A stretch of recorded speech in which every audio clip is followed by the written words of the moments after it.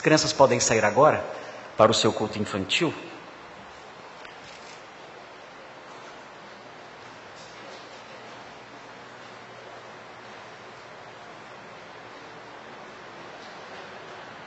Nós vamos iniciar hoje o estudo de Apocalipse 21, os versículos 1 a 8.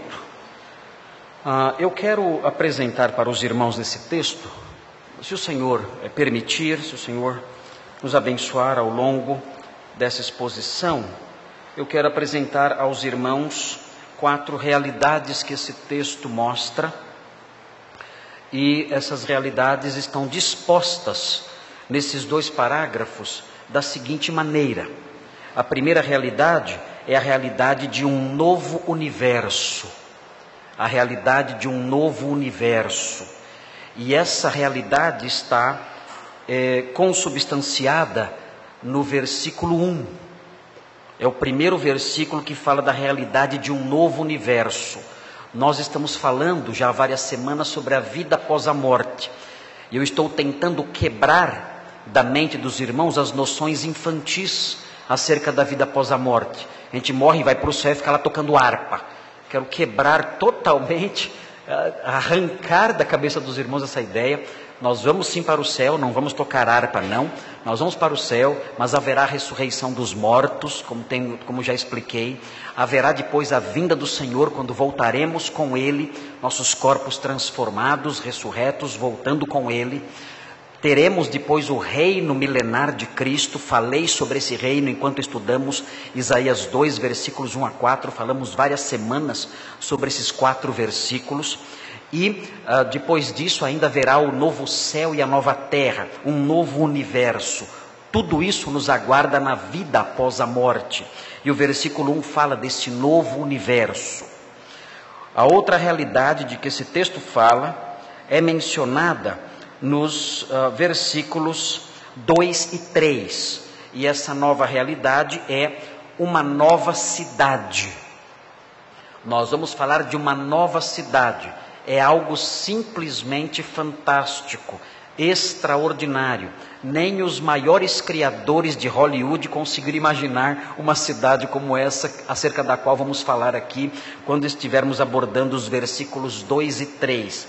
A Nova Jerusalém, uma nova cidade, a cidade da qual nós somos cidadãos, é a nossa cidade santa. Nós não temos cidade santa neste mundo. Quem tem cidade santa neste mundo são as outras religiões. O catolicismo romano tem cidades santas, os muçulmanos têm cidades santas, os budistas têm cidades santas ou lugares santos neste mundo. Os cristãos de verdade não têm cidades santas neste mundo. Nossa cidade santa é celeste. E nós vamos falar então sobre essa nova realidade, que é a nova cidade, a Nova Jerusalém. Falaremos também, com base nos versículos 4 e 5, falaremos também sobre uma nova experiência de vida. Há uma nova experiência de vida nessa nova cidade situada nesse novo universo. E falaremos sobre essa nova experiência de vida. A nossa nova vida num sentido perene, permanente, uma realidade imutável, uma realidade que não passa, uma realidade que transcende em muito todos os nossos melhores sonhos. Algo, eu não sei se a palavra que eu vou usar agora existe, mas algo insonhável. Existe essa palavra? Inventei agora essa palavra. Pode ligar para a editora Nova Fronteira para incluir no dicionário Aurélio. É uma realidade insonhável. Ninguém jamais sonhou essa nova realidade de que falaremos aqui nos versículos 4 e 5. E no final do texto, no final dos 2 parágrafos, nos versículos 6 a 8, falaremos de uma nova, aqui uma renovada, uma nova no sentido de renovada advertência. O parágrafo termina com uma renovada advertência. Nós não podemos desprezar as palavras dos versículos 6 a 8 que tratam dessa advertência. Então faremos isso. Vamos caminhar ao longo desses 2 parágrafos apontando para essas 4 realidades. E hoje, o sermão de hoje, nós falaremos somente sobre a primeira realidade, que nós não teremos tempo de falar sobre todos os 2 parágrafos. Os 2 parágrafos são matéria para bastante tempo de análise, de estudo, de exposição. Então hoje nós falaremos só sobre o versículo 1, se é que vamos conseguir terminar. Vou tentar resumir para falar sobre o versículo 1 com vocês hoje aqui. Mas o versículo 1 é de uma riqueza extraordinária, imensa, gigantesca. E nós vamos então falar sobre esse versículo aqui na nossa exposição de hoje. Os irmãos já tendo o esboço de toda a exposição, guardem aí, não sei quantos dias eu vou levar para falar sobre os versículos todos que foram lidos aqui. Mas falaremos hoje sobre um novo universo. É importante que os irmãos se situem dentro da profecia bíblica quando estão diante de Apocalipse 21. Nós estamos aqui em face do apagar das luzes da história. Nós estamos diante de textos que falam sobre o apagar das luzes da história humana. Estamos aqui diante de textos que falam sobre o fechar-se, o fechamento das cortinas das eras. Todo o fim está se aproximando aqui. Esses capítulos tratam desse epílogo das eras, quando então uma nova ordem tomará lugar de modo definitivo, e a história como a conhecemos terá fim, terminará. É diante disso que estamos aqui quando olhamos para o capítulo 21. E é importante que os irmãos também conheçam a cronologia dos atos que culminam no capítulo 21. É importante que os irmãos observem que nos sermões passados, nos últimos sermões que eu preguei, acho que os últimos 4 sermões que eu mencionei, que eu apresentei aqui, eu falei sobre o reino milenar. E o capítulo 20 fala sobre o reino milenar.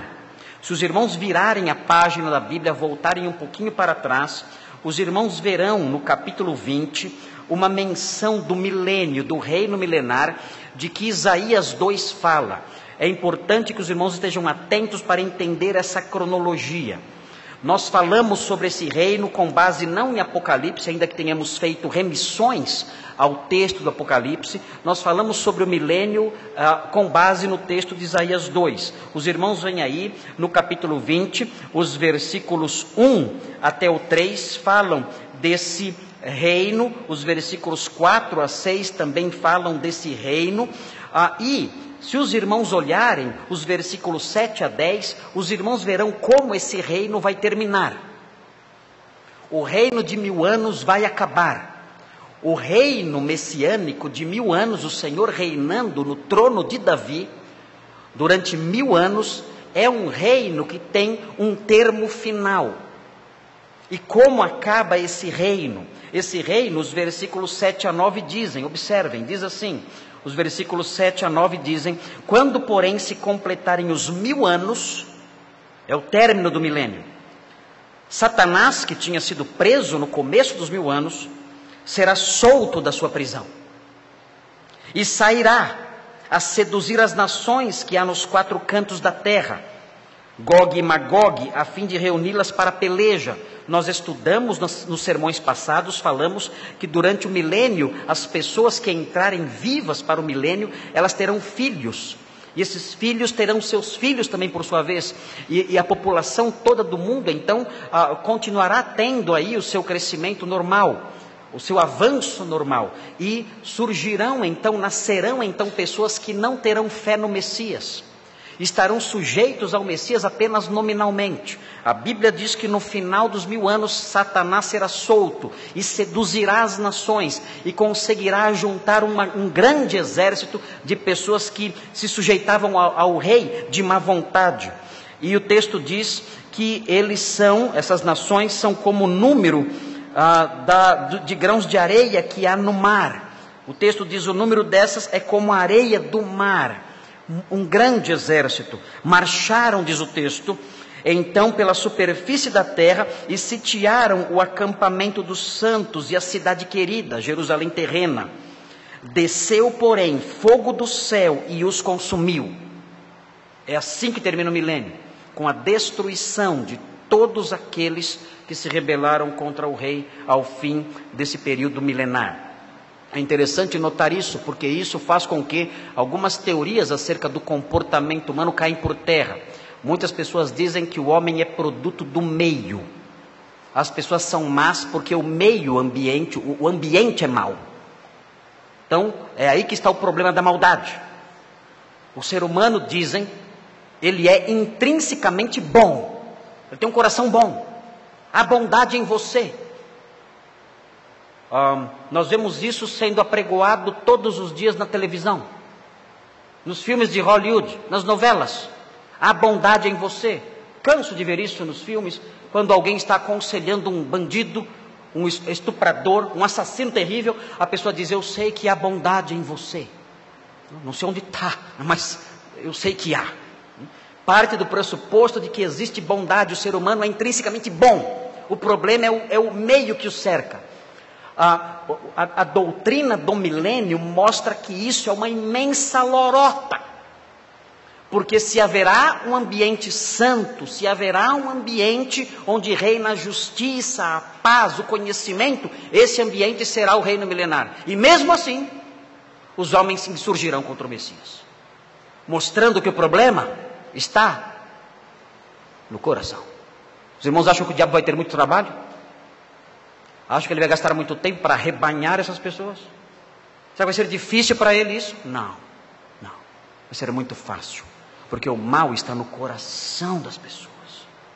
O Senhor Jesus disse isso. É do coração que procedem os maus desígnios, os adultérios, os furtos, os assassinatos. Tudo procede do coração do homem. Se não houver uma transformação no coração do homem, o homem continuará fazendo essas coisas. Por isso é necessária a conversão. Crer no Senhor Jesus Cristo e se tornar uma nova criatura. Do contrário, o homem continuará produzindo essas coisas terríveis a partir do seu coração. O que acontecerá então em seguida? O texto diz, no versículo 10, que o diabo, versículo 10, o sedutor dessas nações, foi lançado para dentro do lago de fogo e enxofre, onde já se encontram não só a besta, que é o anticristo, a fera, como também o falso profeta, e serão atormentados de dia e de noite pelos séculos dos séculos. Então isso vai acontecer, Satanás será lançado ali, e na sequência, o que nós temos é o desaparecimento do presente universo. O versículo 11 diz: vi um grande trono branco. Esse é o juízo final. É o juízo. Alguns comentaristas dizem que esse é o juízo para condenação. O texto diz: vi um grande trono branco, é o juízo final, e aquele que nele se assenta, e vejam, de cuja presença fugiram a terra e o céu, e não se achou lugar para eles. Aqui há uma menção do passamento do presente universo. As coisas presentes se desfazem e desaparecem. O texto prossegue falando sobre esse juízo, fala sobre os mortos de todas as eras ressuscitando, todos.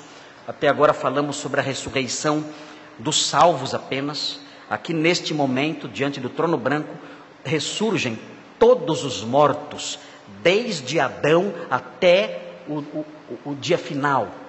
Todos os mortos de todas as épocas ressuscitam, os perdidos, e comparecem diante do grande trono branco.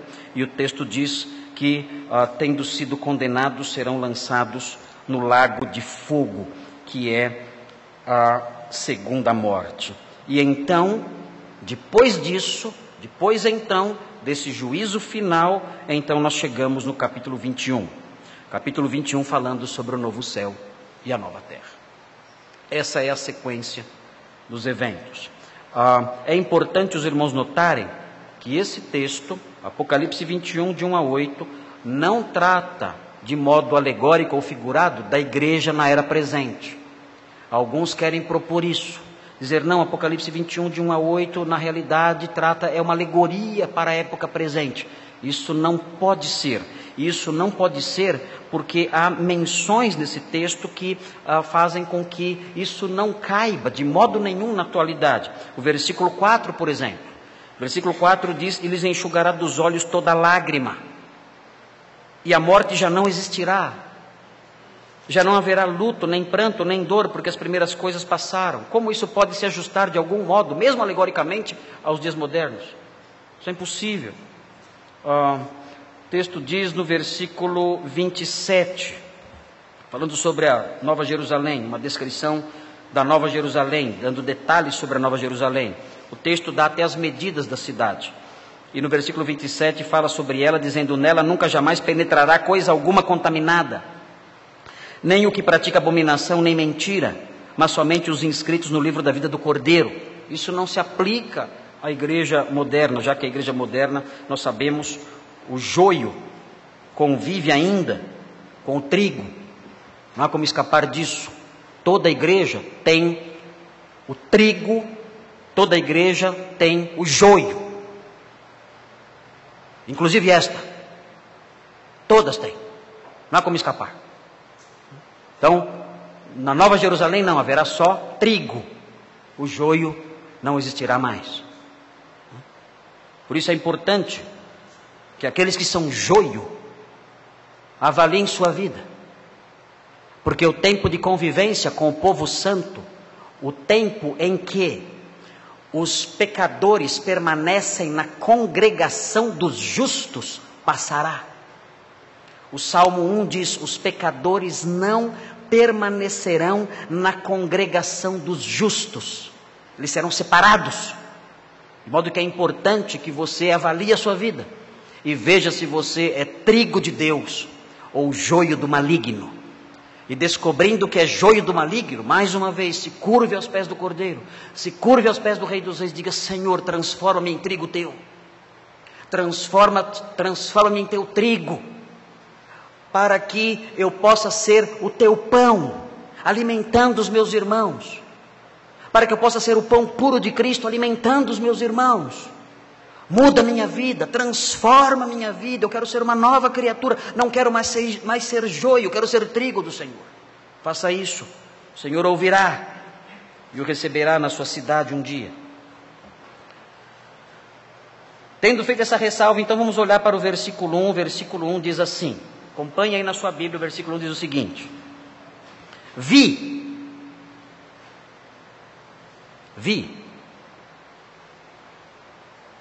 Temos uma testemunha ocular aqui. Isso é importante. É importante sabermos que João viu. Ele não ouviu dizer, ele não imaginou, ele não inventou, ele não teve ali algum insight, alguma percepção interior. Ele não deu asas à sua imaginação e começou a criar uma Nárnia, uma Camelot. Nada disso. O texto diz que ele viu.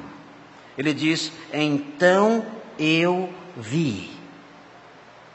E é importante termos uma testemunha ocular aqui, porque isso nos dá certeza. Quem está dizendo isso é um homem fidedigno. Nós não estamos diante de uma testemunha ocular corrupta. Nós não estamos diante de uma testemunha ocular corrompida, cuja palavra você não pode confiar. Nós estamos diante de uma testemunha ocular que é um apóstolo de Jesus Cristo, um verdadeiro. Não os piratas que tem hoje em dia por aí. Esses não acreditam em nenhum. Todos são mentirosos, todos, sem exceção. Este apóstolo é um apóstolo verdadeiro de Jesus Cristo. E é alguém que deu a sua vida pelo Evangelho. É alguém que sofreu perseguição pelo Mestre, por amor ao Mestre. Quando ele escreveu estas coisas, ele estava exilado na ilha de Pátimos por causa do testemunho de Jesus. Ele foi alguém que gastou a sua vida pregando a verdade. e combatendo os falsos mestres, não se unindo a eles ou fazendo parte da matilha que eles compunham. Não. Ele fez inimigos, porque lutava pela fé. E ele condenou o erro, denunciou a heresia e sofreu as consequências disso, tendo sido perseguido, odiado pelos maus. De modo que esse homem merece o nosso crédito quando ele diz: eu vi. Descanse e creia, porque você está diante de uma testemunha ocular que merece todo o nosso crédito. Não estamos falando de alguém que viu e não tem credibilidade nenhuma. Quem viu foi João. João viu e testemunhou. E o testemunho dele é verdadeiro, como ele escreve nas suas epístolas: o nosso testemunho é verdadeiro. Confiem no nosso testemunho, porque o nosso testemunho é verdadeiro. Ele viu, eu posso confiar naquilo que ele viu. Hoje em dia, há pessoas que dizem ter visto coisas. Há pessoas que dizem que foram ao céu e viram coisas. Gravam CDs, depois contando para vender. Eu já vi CDs gravados narrando como foi a minha visita ao céu. A pessoa conta como ela foi para o céu e passeou por lá e ouviu coisas muito bonitas e inclusive escutou alguns segredos que não podem contar para ninguém. Isso dá mais emoção à narrativa desses falsos mestres. Eles falam: tem coisa que eu não posso falar, que eu vi lá, que eu não posso contar para ninguém, é coisa só entre eu e Deus aqui, mas ninguém pode saber. E essas lorotas todas. E as igrejas chamam esses homens, e esses homens fazem conferências e cobram caro por suas conferências e vendem os seus materiais, os seus CDs, e ganham dinheiro com isso, enganando as pessoas. Eu conheci alguém assim quando eu fiz um curso no Havaí, vários anos atrás. Havia lá um jovem que tinha dito, dizia para nós que ele tinha morrido. Ele falava: eu morri. Ele falava: quando eu morri. Ele falava assim: quando eu morri. Será que eu entendi direito o que ele falou? Quando eu morri. Quem fala assim? Quando eu morri. Jesus até podia falar assim, não? Mas aquele moço falava assim conosco: quando eu morri. Eu pergunto: mas como? Você morreu? Eu morri. Fiquei 3 dias morto. Não diga. E aí? Ele dizia: eu fui para o céu e fiquei lá. Depois eu fui para o inferno, fiquei lá também um pouco. E vi vários pastores no inferno. Não gostava muito dos pastores, né? Depois eu acordei, voltei. E ele dizia as doutrinas que ele tinha aprendido nessas visitas ao céu. Ele falava que no céu só entra quem tem amor. Amém? Quando eu falo amém, tu não tem medo de responder, né? A Bíblia fala: pela graça sois salvos, mediante a fé. O amor brota depois disso. O amor brota depois disso. Mas ele dizia que tinha aprendido no céu que o caminho para o céu é o amor. Quando o caminho para o céu é a fé. Mas ele ouviu essa falsa doutrina no céu que ele visitou, quando ele morreu. E dizia essas coisas por aí. Ia nas igrejas dizer essas coisas por aí. Mentiras que nós não podemos aceitar em hipótese alguma. Mas João não. João, ele realmente viu. Ele é uma testemunha ocular e viu essas coisas. E o texto prossegue dizendo: eu vi novo céu e nova terra. Observem a palavrinha que aparece aí, a palavra novo. Há 2 palavrinhas na língua grega para novo. Existe a palavra kainos, que não é muito conhecida dos irmãos. Ela não entrou de maneira nenhuma para o nosso vocabulário, ela não foi aportuguesada para nós. Existe a palavra neos. Neos é uma palavra que nós usamos.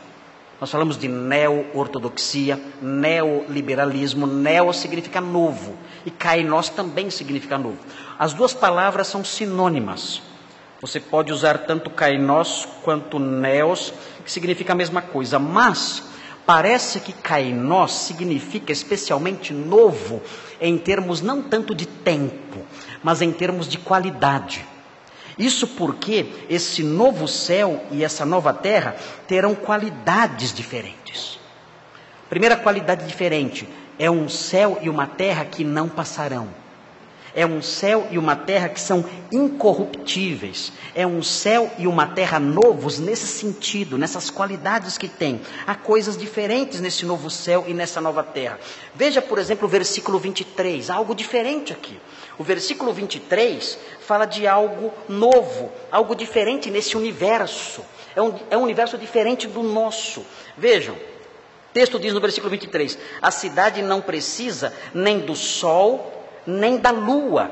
Parece que esse novo céu e essa nova terra não tem sol e lua. É um outro universo. Não tem sol e lua. O texto prossegue para lhe dar em claridade, pois a glória de Deus a iluminou, e o Cordeiro é a sua lâmpada. É a glória de Deus que ilumina esse novo universo. Se os irmãos olharem o versículo 25, vejam, as suas portas nunca jamais se fecharão de dia, porque nela não haverá noite. No novo universo não haverá noite. Haverá um dia constante, contínuo. Eu quando leio isso eu fico um pouco triste, para ser sincero. Porque eu gosto da noite. Eu sou boêmio. Eu sou um boêmio. Eu gosto de pegar meu violãozinho, né, e desfrutar um pouquinho da minha boemia, dentro da minha sala de casa, claro. Né. Gosto de tocar a minha bossa nova de noite. Né. Eu gosto da noite. Eu sou mais coruja, né, do que a Simone. A Simone, 7 horas da noite, já está no terceiro sono já. Né. Comigo é bem diferente, eu durmo muito tarde. Durmo muito tarde. Gosto da noite, acho gostoso a noite. Mas o texto diz que não haverá noite. Por que não haverá noite?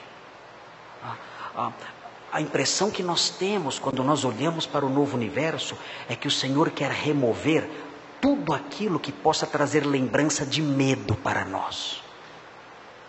A noite é sinistra. A noite é sombria. A noite é silenciosa. É o momento da ação dos maus. É quando os maus saem de casa para praticar os seus crimes, os seus males. A noite traz lembranças perigosas. Nós temos medo da noite. Temos medo de sair à noite. Então parece que o Senhor vai remover essas coisas para que nós não tenhamos sequer lembrança delas. Se os irmãos olharem também o próprio versículo primeiro, o versículo primeiro diz que o mar já não existe. Não haverá mar. Nós vamos falar mais sobre isso. Mas alguns ficam tristes com isso também. Eu gosto tanto do mar. Não haverá mar. Quer ir na praia? Vá agora. Aproveite ao máximo agora. Aproveite no milênio para ir na praia. Porque o novo céu e a nova terra não terá mar. Teremos lagos, certamente. Rios, certamente. Terá o lago de fogo, mas para lá você não vai querer ir. A realidade é que esse novo universo será diferente. Universo novo. E será maravilhoso isso.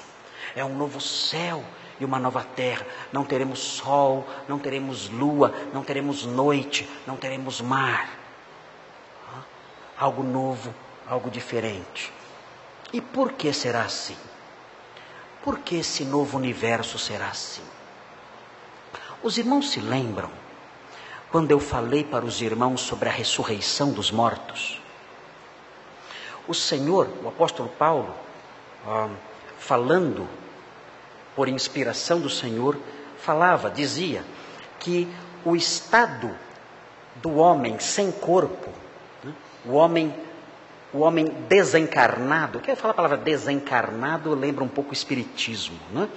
Mas a alma sem o corpo, Paulo chamava de estarmos nus. Paulo comparava o corpo como se fosse uma vestimenta. Ele comparava com uma tenda e depois comparava com uma vestimenta. A Bíblia diz que nessa nova realidade, já estudamos isso, nós teremos corpos novos, teremos uma roupa nova, um corpo incorruptível, um corpo que não envelhece, um corpo que não apodrece, um corpo que não vai se detratando. É isso que nos aguarda, nós aguardamos isso, o corpo da ressurreição. O apóstolo Paulo anelava por isso, pela transformação do corpo, quando o que é mortal vai ser absorvido pela imortalidade, o que é corruptível será absorvido pela incorruptibilidade. Paulo esperava isso, nós esperamos isso também, o nosso corpo vai se corrompendo. Acabamos de orar pela Ceile. Os irmãos oraram por minha vida, pela minha saúde. Vários irmãos que vêm aqui à frente vêm orar pela sua saúde. Por quê? Porque o nosso corpo, ele é frágil. Ele se corrompe, ele adoece, ele padece, ele se desfaz. Mas o Senhor nos dará um corpo incorruptível. E este universo, o universo tal qual é agora, ele não se ajustará a essa nova realidade corpórea que viveremos.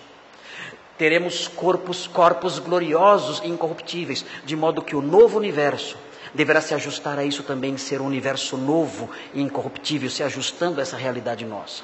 Imaginem, por exemplo, uma moça, uma jovem simples. Ela tem alguns vestidinhos em casa. Uma jovem dos seus 20 anos, talvez. E ela, sendo humilde, simples, ela tem alguns vestidinhos em casa. Mora num bairro simples, num lugar simples, tem suas roupas simples. Então um dia, o grande sonho de Cinderela acontece. Um príncipe a conhece. E o príncipe, grandioso, riquíssimo, diz para ela: eu quero convidar você para uma festa.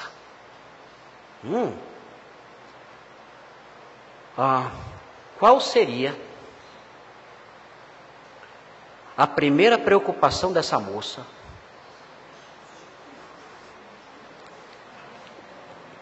Se o príncipe dissesse isso, ele ia se preocupar com a saúde dela, com o dinheiro dela. Com o que ela iria se preocupar? Ela ia dizer assim: com que roupa eu vou? Eu não queria nem saber o nome do príncipe, nem de que país o príncipe é príncipe. Com que roupa eu vou? Eu não tenho roupa para ir na sua festa. Então ele diz assim: olha, eu vou levar você nas melhores lojas do mundo. E vou comprar para você o vestido mais caro que houver nessas lojas. E vou comprar para você sapatos maravilhosos, cravejados de diamantes e de rubis. E vou levar você numa loja de joias. E vou comprar colares, e brincos, e pulseiras. Nada de R$1,99, nada disso.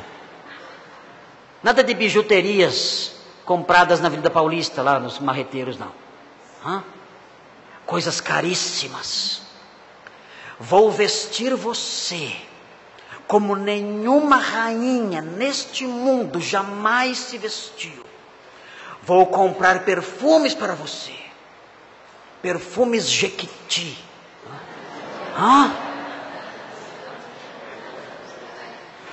São esses os mais caros, não? Não? Vou comprar perfumes caríssimos para você. Nem a rainha da Inglaterra jamais terá usado os perfumes que eu vou lhe dar. E você se vestirá assim. E eu virei buscar você para a nossa festa. E essa moça então recebe todos esses presentes. E se veste dessa maneira tão gloriosa e grandiosa. E o príncipe chega e a leva para a festa. E ela diz: onde é a festa?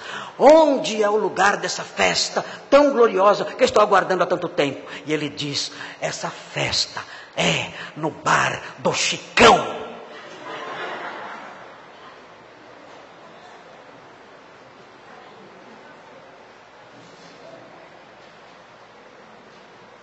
No bar do Chicão?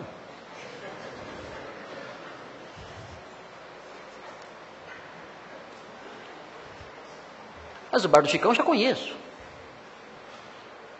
Para ir no bar do Chicão, eu vou com os meus vestidinhos mesmo. Não preciso disso tudo. Quando você, príncipe, me deu todos esses aparatos, eu imaginava que a festa seria num lugar que se ajustasse a essa nova realidade, a essas roupas. O bar do Chicão não se encaixa com essas roupas que eu estou usando. Não é adequado eu usar essas roupas no bar do Chicão. Com todo o respeito que eu tenho pelo seu Francisco. Mas não se harmoniza isso que você me deu com o lugar para onde você vai me levar. O Senhor sabe dessas coisas. O Senhor é o nosso príncipe, somos sua noiva. E o Senhor nos revestirá com um corpo glorioso e riquíssimo. Mas Ele não permitirá que nós desfrutemos disso por muito tempo no bar do Chicão. Não nesse universo corrompido.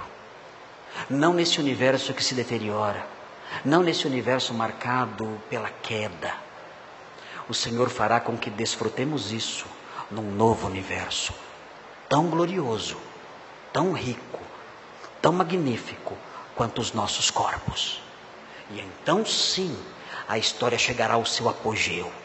Quando o povo de Deus redimido estará num universo redimido. E então sim, a história chegará ao seu alvo. E o texto prossegue.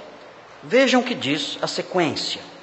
O texto diz: vi novo céu e nova terra. As duas palavras que aparecem aqui, o novo e nova, a mesma palavra kainós, realçando esse aspecto da diferente qualidade desse céu e dessa terra, desse universo.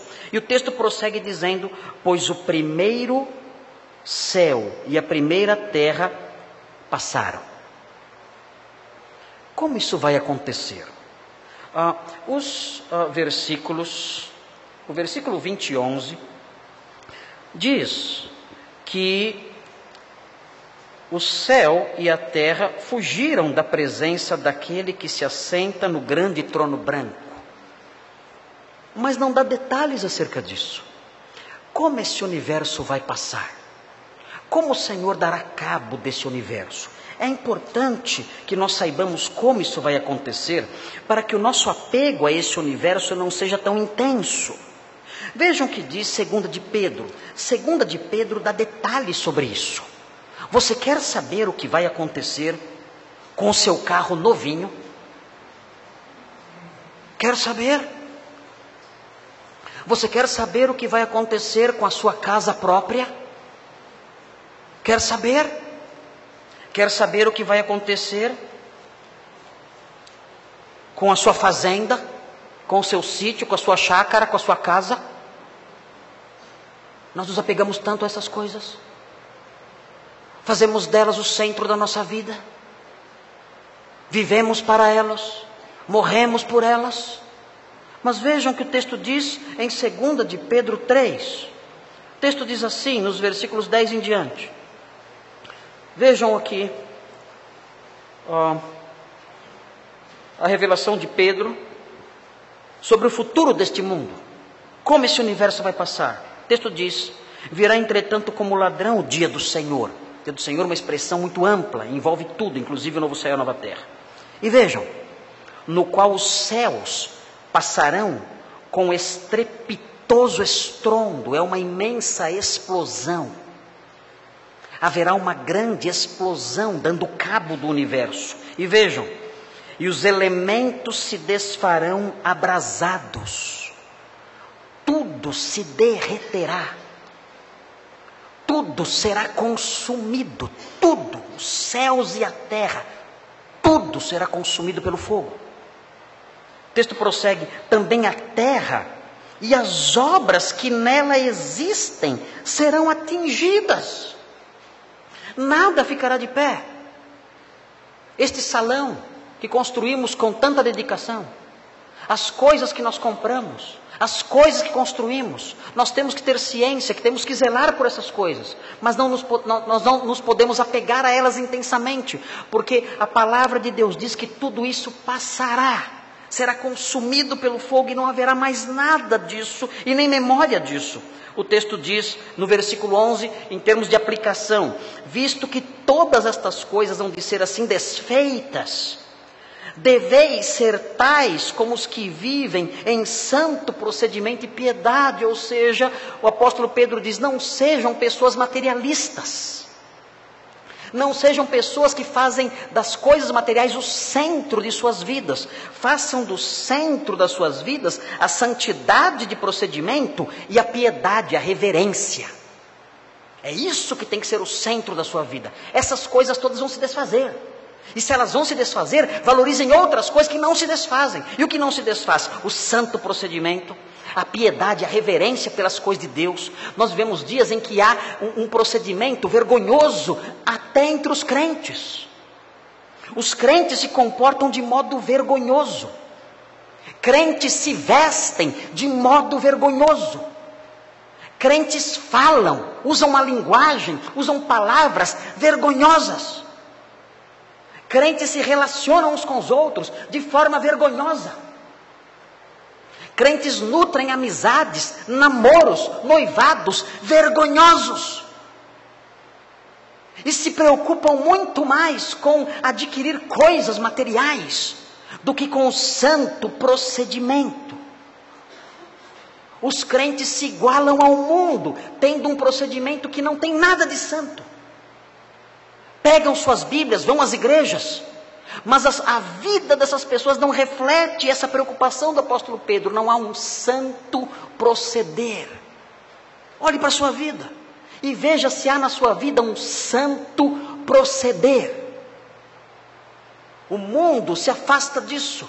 Não há santo proceder no mundo. Mas conosco deve ser diferente. Devíamos ter um santo proceder diário. O texto diz que devemos também buscar a piedade. Piedade significa reverência em relação às coisas de Deus. Meus irmãos,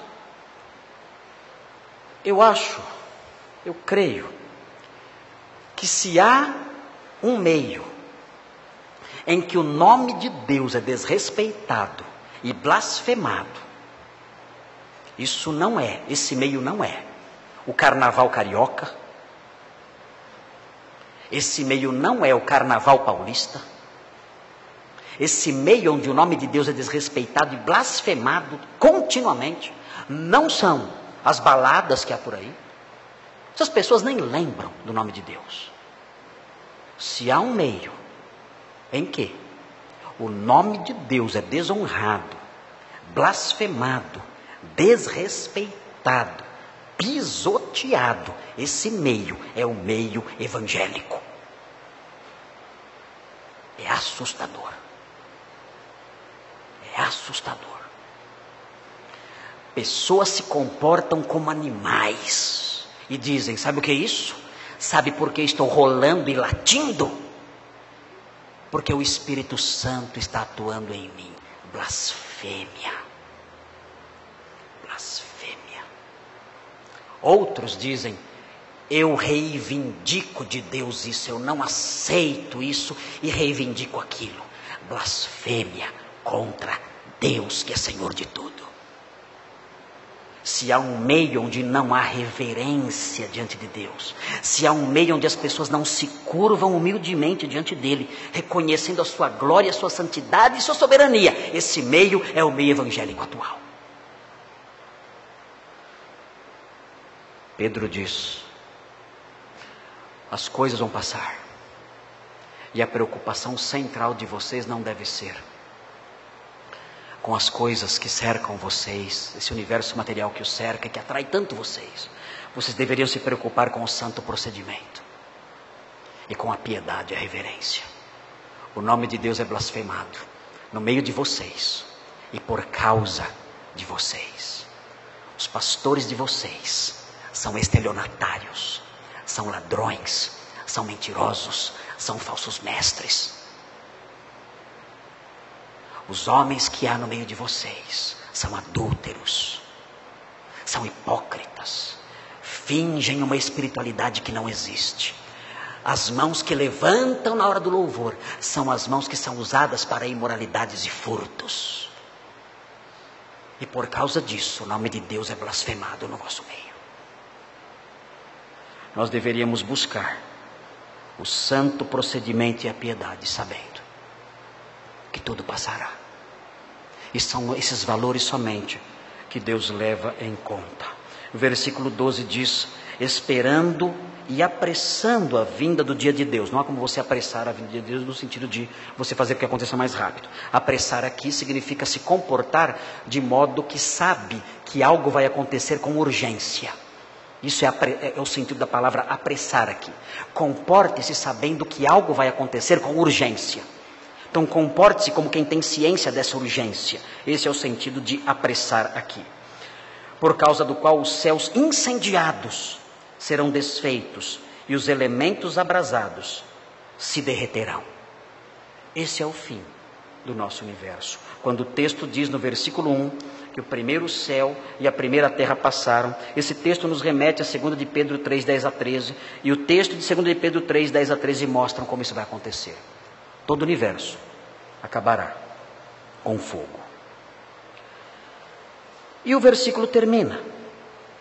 O versículo diz que o primeiro céu e a primeira terra passaram e o mar já não existe. Por que o Senhor não vai permitir que o mar exista mais?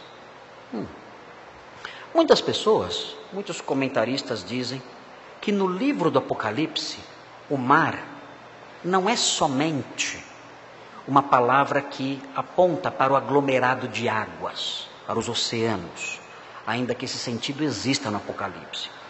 Mas dizem que há outros sentidos de mar em Apocalipse. E, seja qual for o sentido de mar em Apocalipse, o fato é que nenhum sentido do mar em Apocalipse vai permanecer. Nenhum. Por exemplo, em Apocalipse 13:1, o mar representa a origem do mal. A Bíblia diz, em Apocalipse 13:1, que a besta se levanta do mar. Então dá essa ideia de que o mar é a origem do mal, no capítulo 13, versículo 1.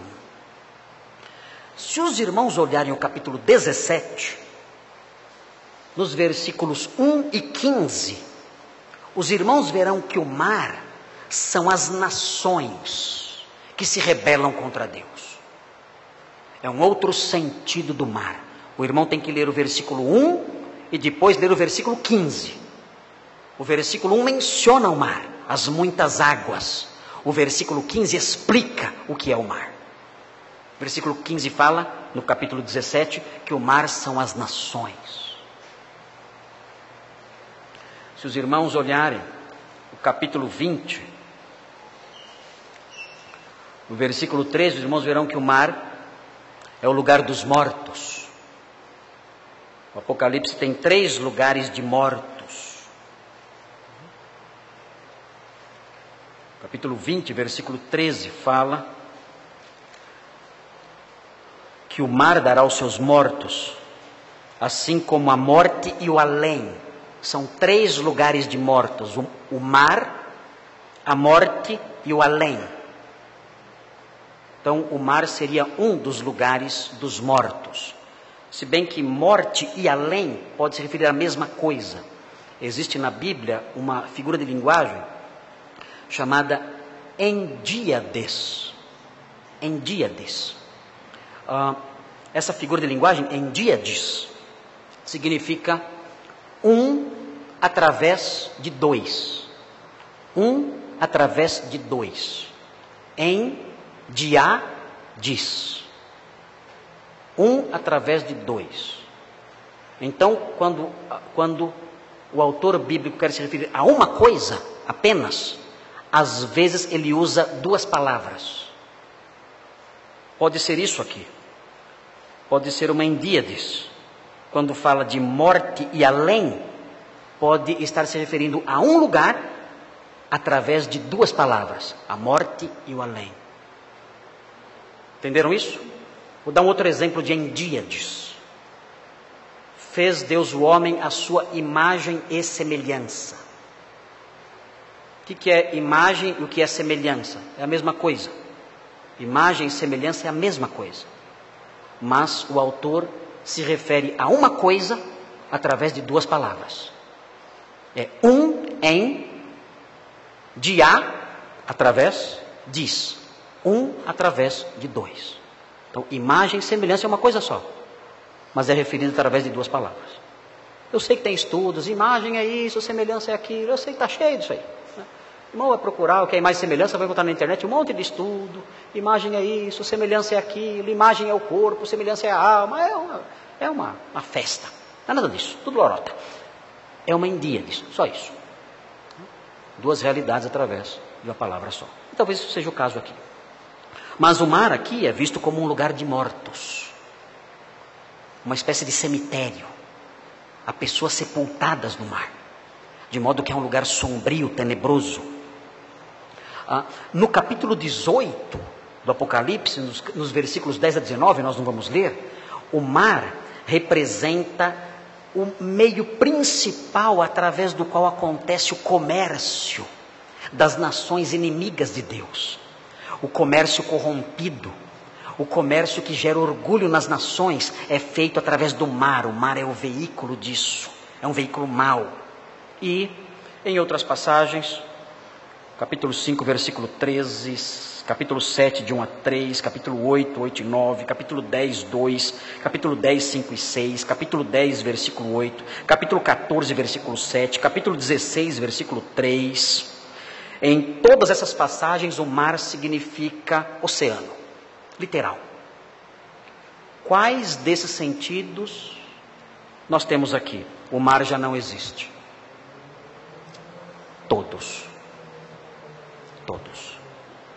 Não haverá mais nenhum tipo de mal no novo universo. E o mar, como conhecemos, o oceano, também não existirá. O oceano representava, para o homem antigo, algo muito assustador. O oceano era tido como o símbolo do caos. Na antiguidade, os oceanos eram vistos como a habitação de monstros gigantescos. Há uma lenda babilônica, a lenda de Tiamat. Tiamat era um grande monstro marinho que foi subjugado pelo deus Marduk. Vejam como os antigos tinham pavor do mar como habitação de monstros. Na Bíblia, o Leviatã é mencionado como um grande monstro marinho que será destruído por Deus. Os homens antigos viam assim o mar como habitação de grandes monstros gigantescos que assustavam os homens, apavoravam os homens. O mar era visto como um lugar de perigo. Os navios navegavam com medo de entrar em alto mar, tentavam navegar próximo à costa, especialmente no Mediterrâneo, onde os navios navegavam mais intensamente, e tentavam não se afastar muito da costa, porque tinham pavor do alto mar. Os navios eram frágeis e facilmente podiam ser destruídos por qualquer tempestade. No Egito, o mar era visto como perigoso, porque entendiam que o mar absorvia as águas do Nilo e deixava um país com fome. Para eles era o mar que fazia isso. Tinham medo do mar então. Hoje, nós temos um ditado. Nós vemos o quê? O mar. Quando as minhas filhas vão para a praia, qual é o ditado que eu digo a elas? Cuidado, o mar é traiçoeiro. Você nunca falou isso para o seu filho? Nunca disse isso? Você nunca disse isso para o seu marido? Às vezes é sem juízo. Cuidado, o mar é traiçoeiro. O que significa isso? Que o mar é traiçoeiro? Ele nos engana, nos leva, nos mata, depois devolve. Nos enlaça, nos engolfa, nos devora, nos mata e depois devolve. O mar é mau, é traiçoeiro, é perigoso. Então, por causa disso, o Senhor removerá todas essas coisas. que trazem para nós a lembrança de medo, a lembrança de terror, a lembrança de mistério, de escuridão, de morte. Tudo isso será removido desse novo universo. Lá haverá um dia sem fim, um dia sem noite. Não ouviremos o bramir, o bramido feroz das ondas impetuosas do mar. Não. Haverá sim serenidade e paz em todo o universo.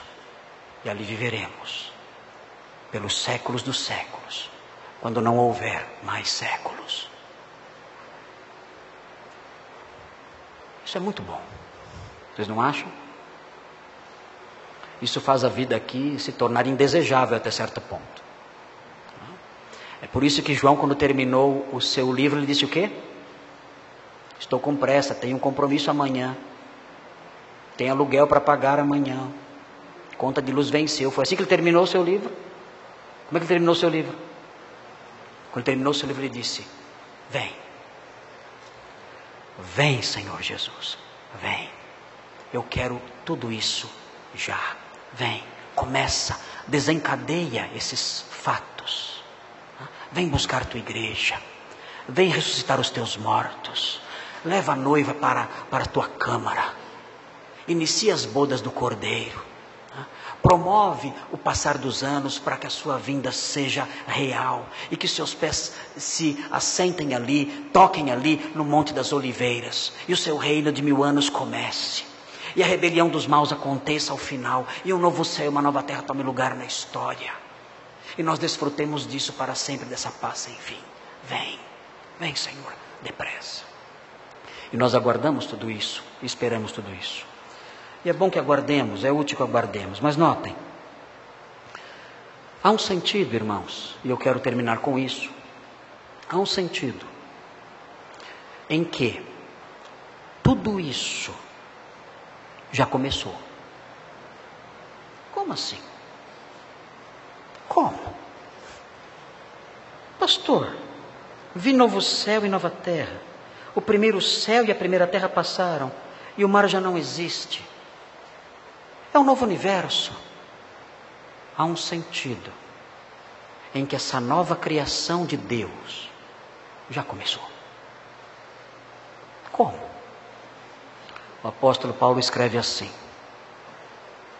se alguém está em Cristo, é nova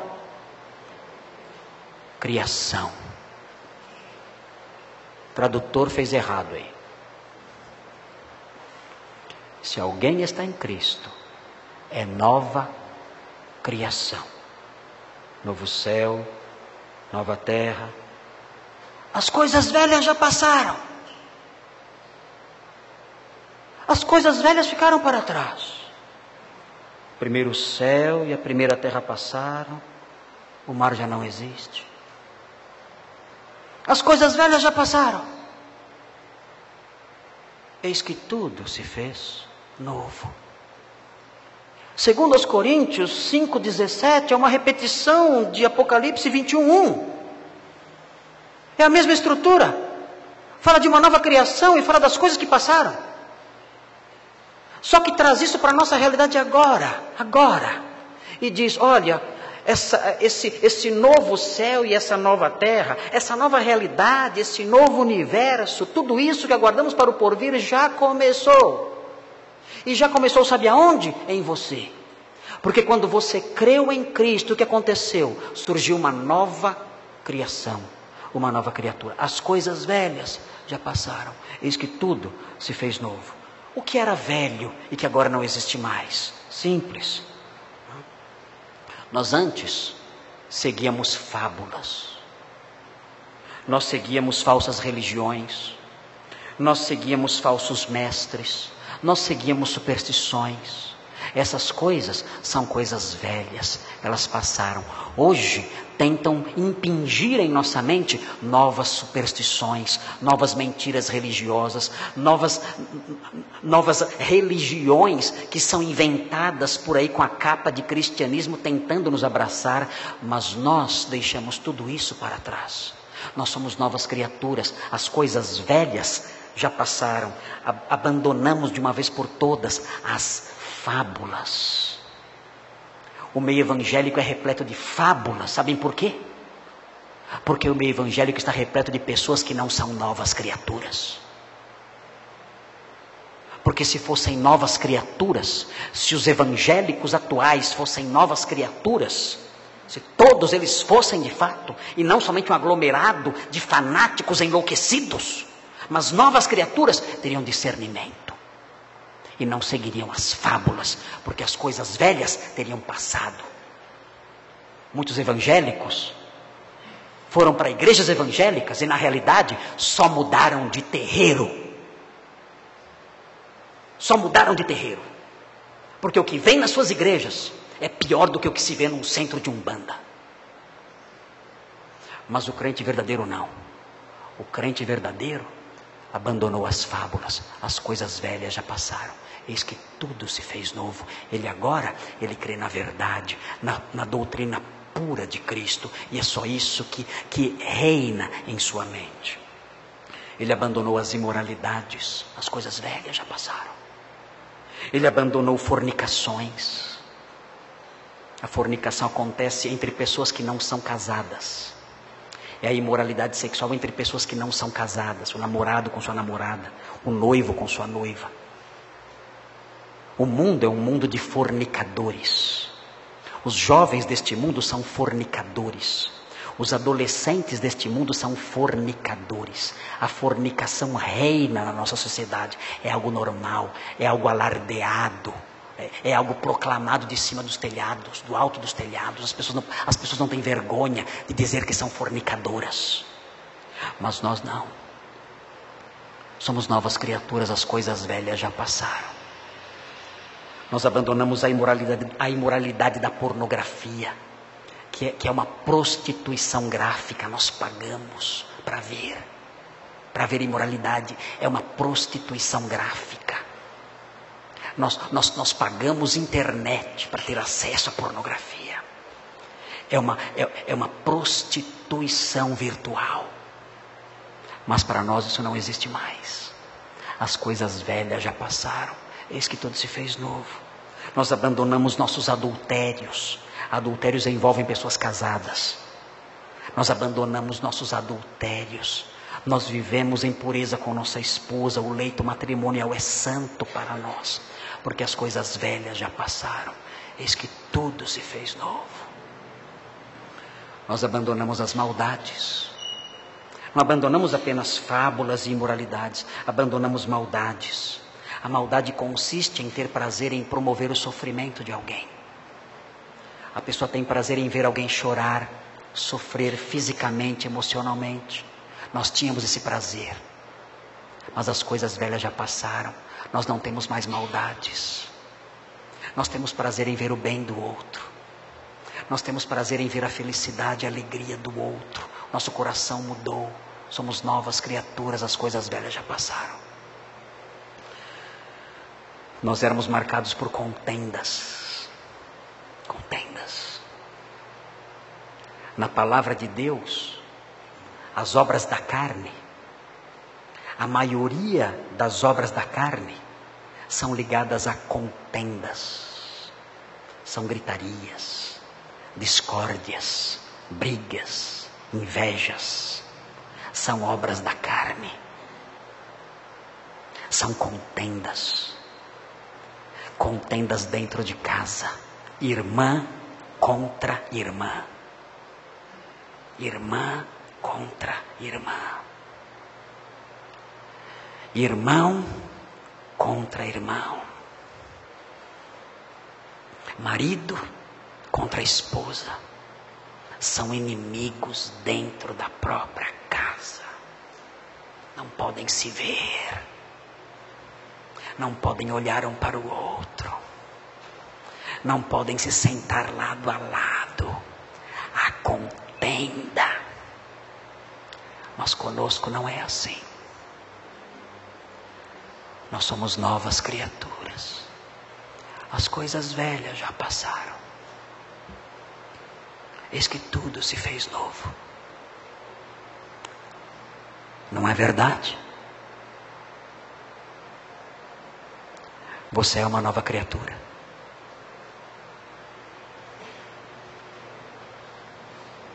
Você é uma nova criação. Não fuja desta pergunta. Não fuja dessa pergunta.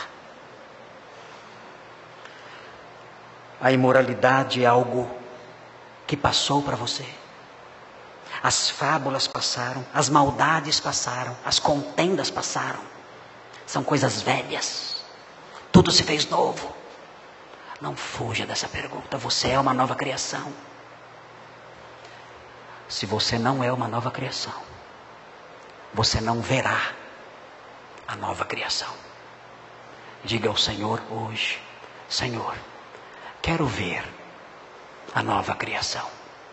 Portanto, faz de mim já uma nova criação. Dobre seu coração. Dobre seu coração.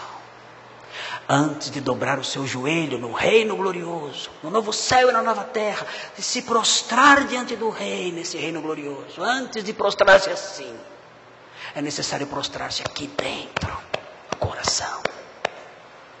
É prostrando o coração agora que se prostra, que se dobra o joelho depois, lá naquele reino glorioso. Dobre agora, dobre, renda-se. Curve-se e diga: Senhor, eu não sou uma nova criatura. Tem misericórdia de mim, esse universo vai passar. Tudo passará. O que é a vida? A vida é um sopro. Somos ervas apenas, florescemos, vicejamos e logo à tarde murchamos. A vida passa tão depressa. Somos tão frágeis. Tem misericórdia de mim. Eu tenho estudado, tenho aprendido neste sermão sobre esse novo céu, essa nova terra, esse reino glorioso, esse novo país, essa nova realidade, esse novo universo. Eu quero fazer parte disso. Eu quero fazer parte do novo universo, mas para isso eu tenho que ser um novo homem. Transforma-me pela fé em Jesus. Eu creio nele, eu recebo. Faz de mim uma nova criatura, para que eu veja com estes meus olhos a sua nova criação. Suplique isso ao Senhor hoje. Renda-se aos pés dele. Nasça de novo. Seja essa nova criatura. E aguarde com alegria o novo céu e a nova terra. Oremos. Ó Deus Santo, o nosso coração anela por esse dia, quando todos os nossos fardos vão cair, quando todo o nosso peso cairá de sobre os nossos ombros, o peso do cansaço deste velho corpo, o peso das preocupações, o peso do pecado, o peso do medo. Ó Deus, aguardamos esse dia glorioso, nesse novo universo. Abençoa-nos. Faça com que tenhamos esse novo universo sempre em mente, para que vivamos de modo santo e piedoso neste mundo. Ó Deus, ajuda-nos. Tem misericórdia de nós, ajuda-nos a caminhar enquanto o Senhor não vem. E eu suplico por todos aqueles que ouviram sobre a nova criação, mas não são novas criaturas. Ó Deus, tem misericórdia deles. Toca-lhes no coração. Faça com que se prostrem no coração e recebam Jesus Cristo em sua vida. E sendo novas criaturas, sejam libertos de uma vez por todas, ó Deus, das fábulas, das imoralidades, das maldades e das contendas. E que tudo se faça novo na vida deles. E que, vivendo assim, sejam novas criaturas, aguardando a nova criação.